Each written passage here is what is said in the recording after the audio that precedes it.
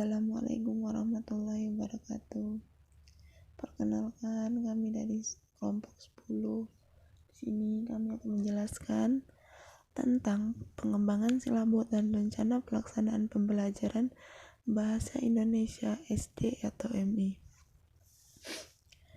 Pengertian silabus. Silabus adalah rencana pembelajaran pada suatu dan atau kelompok mata pelajaran.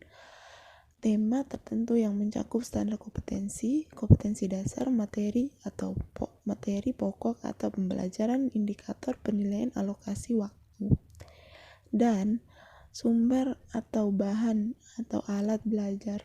Silabus merupakan penjabaran standar kompetensi dan kompetensi dasar ke dalam materi pokok atau pembelajaran kegiatan pembelajaran dan indikator pencapaian kompetensi untuk penilaian. Prinsip pengembangan silabus. Yang pertama, ilmiah. Keseluruhan materi dan kegiatan yang menjadi muatan dalam silabus harus benar dan dapat dipertanggungjawabkan secara ilmuwan. Yang kedua, relevan. Cakupan, kedalaman, tingkat kesukaran dan urutan penyajian materi dalam silabus sesuai dengan tingkat perkembangan fisik, intelektual, sosial, emosional, dan spiritual. Yang ketiga, sistematis. Komponen-komponen silabus saling berhubungan secara fungsional dalam mencapai kompetensi. Yang keempat, adanya hubungan yang konsisten, ajak, taat, asas antara kompetensi dasar, indikator materi pokok atau pembelajaran, kegiatan pembelajaran, sumber belajar, dan sistem penilaian.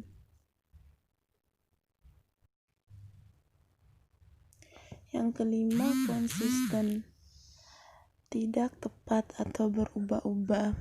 Yang keenam, aktual dan konseptual. Cukupan indikator materi pokok pembelajaran, kegiatan pembelajaran, sumber belajar, dan sistem penilaian cukup untuk menunjang pencapaian kompetensi dasar. Yang ketujuh, fleksibel.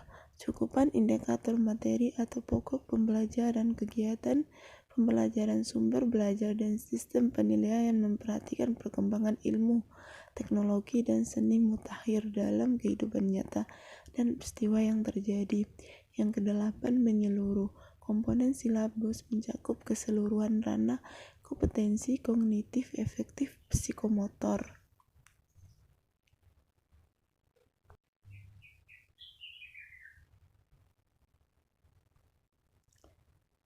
Langkah-langkah pengembangan silabus. Mengisi kolom identitas sekolah.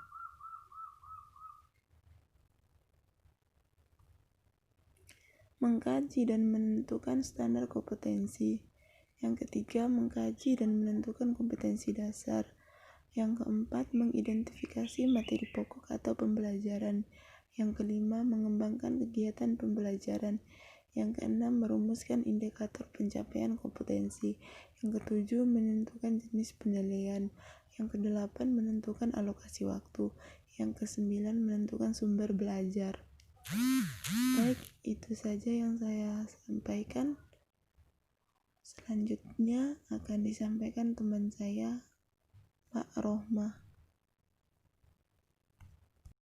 Nah, selanjutnya saya akan melanjutkan materi tentang perkembangan silabus dalam pembelajaran bahasa Indonesia yang tadi sudah disampaikan oleh Mbak Rahlan. Nah, selanjutnya yaitu ada komponen RPP dan paduan pelaksanaan pembelajaran bahasa Indonesia di MI.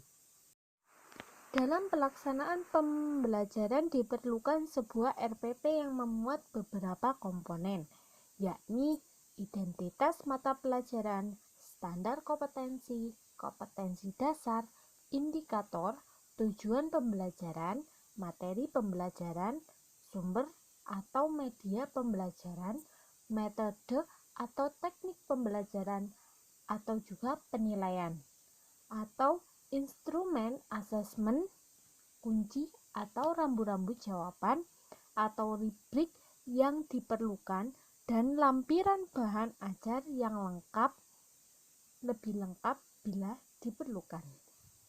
Nah, dalam komponen satuan pembelajaran ini dibagi menjadi 8. Yang pertama ada identitas mata pembelajaran. Yang kedua, standar kompetensi dan kompetensi dasar. Yang ketiga, indikator atau tujuan atau jabaran dari kompetensi dasar. Yang keempat, materi pembelajaran. Yang kelima, strategi belajar mengajar. Yang keenam, media pembelajaran. Ketujuh, penilaian dan tindak lanjut. Nah, yang terakhir yaitu sumber bacaan. Nah, selanjutnya juga ada prosedur penyusun RPP. Nah, yang pertama yaitu identitas mata pelajaran. Jadi, di dalam identitas mata pelajaran ini ada prosedurnya. Yang pertama yaitu tuliskan nama mata pelajaran, kelas, semester, dan alokasi waktu atau jam pertemuan. Nah, yang kedua ada alokasi waktu, di mana menentukan alokasi waktu yang dibutuhkan untuk pertemuan yang telah ditetapkan. Nah, yang ketiga, standar kompetensi dan kompetensi dasar. Di sini tuliskan standar kompetensi dan kompetensi dasar yang ingin dicapai atau diambil dari silabus dan kurikulum.